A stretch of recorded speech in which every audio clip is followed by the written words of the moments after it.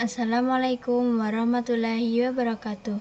Hai semuanya, saya Karisma Nur Fadila dengan NIM 232180067 dari Program Studi Pendidikan Guru Sekolah Dasar Fakultas Keguruan dan Ilmu Pendidikan Universitas Muhammadiyah Purworejo. Sebelumnya, saya ucapkan terima kasih kepada Ibu Nur Azizah SSI MPD selaku dosen pengampu mata kuliah pembelajaran IPA SD. Di sini saya akan menjelaskan media pembelajaran interaktif mengenai materi mendengar karena bunyi, di mana kita akan mempelajari mengenai 4 poin. Yang pertama yaitu bagaimana kita bisa mendengarkan bunyi, yang kedua bagian-bagian telinga, ketiga gangguan pendengaran, dan yang keempat yaitu sifat-sifat bunyi. Memasuki materi pertama yaitu bagaimana kita bisa mendengarkan bunyi. Mungkin beberapa orang dari kita pernah berpikir, bagaimana sih kita bisa mendengarkan bunyi dan dari mana kita bisa menyimpulkan bunyi tersebut. Nah, kita bisa mendengar itu melalui proses. Yang pertama, bunyi merambat melalui udara. Yang kedua, daun telinga menangkap gelombang bunyi. Pada gambar di samping, bentuk telinga akan memudahkan kita untuk menangkap gelombang bunyi. Gelombang bunyi tersebut akan diteruskan menuju gendang telinga melalui saluran telinga. Gelombang bunyi akan menggetarkan gelombang telinga. Nah, dari getaran gendang telinga menggerakkan tulang-tulang pendengaran. Gerakan tulang pendengaran menyebabkan cairan yang ada di dalam rumput siput bergetar. Nah, dari getaran cairan ini akan mengirimkan sinyal ke saraf pendengaran.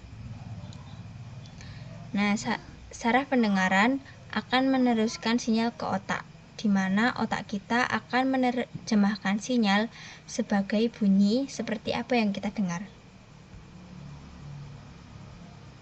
Selanjutnya yaitu mengenai bagian-bagian telinga. Bagian telinga dibagi menjadi 3. Yang pertama yaitu telinga bagian luar, telinga bagian tengah, dan juga telinga bagian dalam. Yang pertama yaitu telinga bagian luar.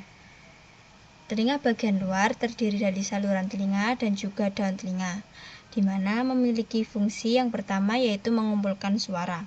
Bentuk telinga pada bagian luar akan memudahkan kita untuk mengumpulkan suara dan mengarahkannya ke dalam telinga. Yang kedua melindungi telinga dalam. Telinga bagian luar berfungsi sebagai pelindung telinga dalam dari debu, kotoran, dan benda asing lainnya. Yang ketiga, membantu lokalisasi suara, di mana bentuk telinga bagian luar akan membantu kita menentukan dari mana arah suara tersebut. Selanjutnya yaitu telinga bagian tengah.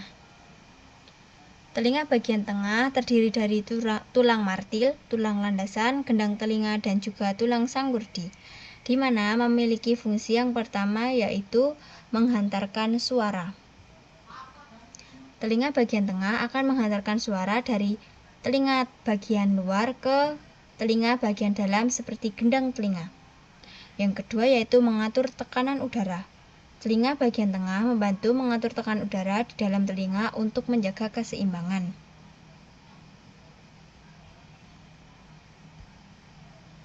Selanjutnya yaitu telinga bagian dalam. Telinga bagian dalam terdiri dari saluran tengah lingkaran, saraf pendengaran, rumah siput atau biasa disebut dengan koklea, dan juga saluran eustachius, di mana memiliki fungsi mengubah getaran suara menjadi sinyal bunyi yang dapat dipahami oleh otak. Yang kedua yaitu mengatur keseimbangan dan orientasi tubuh.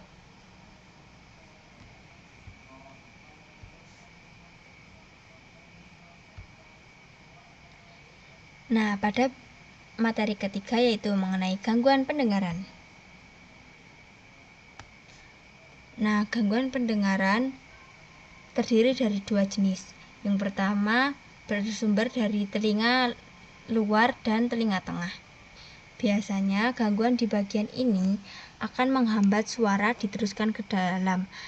Penderita biasanya kesulitan mendengar suara pelan, contohnya infeksi telinga tengah.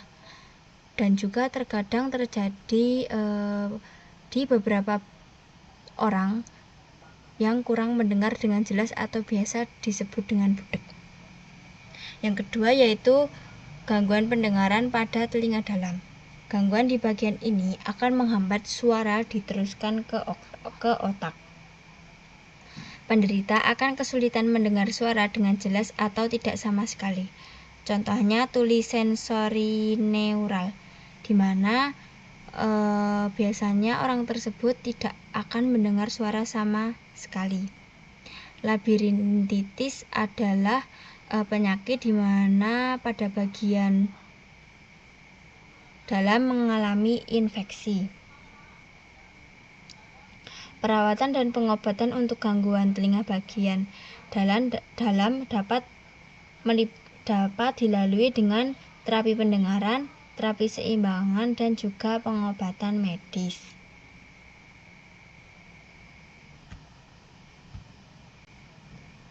Memasuki materi keempat yaitu sifat-sifat bunyi. Selanjutnya yaitu sifat-sifat bunyi. Yang pertama, dipantulkan melalui gelombang, di mana bunyi itu memerlukan gelombang atau medium untuk merambat seperti udara, air, atau benda padat. Contohnya, kita dapat mendengar suara orang berbicara karena bunyi merambat melalui udara. Contoh selanjutnya yaitu suara lumba-lumba dapat terdengar di dalam air karena bunyi merambat melalui air. Sifat bunyi selanjutnya yaitu dapat dipantulkan. Bunyi dapat dipantulkan ketika mengenai permukaan benda keras. Contohnya, gema di dalam gua atau gaung di ruangan kosong. Pemanfaatan pemantulan bunyi pada sonar untuk mengukur kedalaman laut. Selanjutnya itu dapat diserap. Bunyi dapat diserap oleh benda-benda dengan permukaan lunak dan berpori. Contohnya, penggunaan peredam suara di studio musik atau bioskop. Yang keempat, dapat dibiaskan. Bunyi dapat dibiaskan ketika melewati dua gelombang yang berbeda kerapatannya. Contohnya, suara petir terdengar lebih keras di malam hari daripada di siang hari karena perbedaan suhu udara. Yang kelima, sifat bunyi merupakan gelombang longitudinal, di mana gelombang longitudinal adalah gelombang yang arah rambatnya sejajar dengan arah getarannya. Contohnya, getaran suara dari speaker yang merambat melalui udara. Yang keenam, sifat bunyi dapat mengalami pelenturan atau difraksi. Bunyi dapat mengalami difraksi, contohnya kita masih dapat mendengar suara orang berbicara dari balik tembok meskipun kita tidak melihatnya. Dan yang terakhir, sifat bunyi dapat mengalami perpaduan atau interferensi. Contohnya, perpaduan suara dari dua speaker yang menghasilkan bunyi yang lebih keras atau lebih lemah.